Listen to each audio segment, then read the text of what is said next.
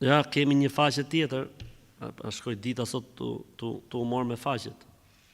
Faqja e pas ka emrin në TikTok që e ka Shërim me Kur'an. Shërim me Kur'an. Hajde, çfarë thot kjo faqja? Që e ka si nën Ferideja, nuk ka kule udhat.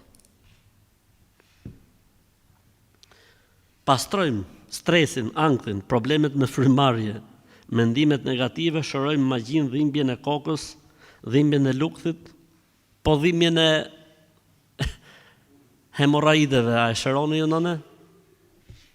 I Zoti madh, alhamdulillah. Larg këtyre njerëzve dhe larg këtyre faqeve. Larg këtyre njerëzve dhe larg këtyre faqeve.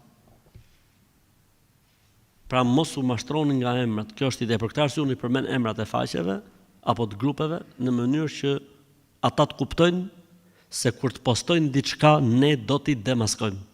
Vallahi nuk do t'i tolerojmë dhe nuk do të tregojmë, si më thon, kështu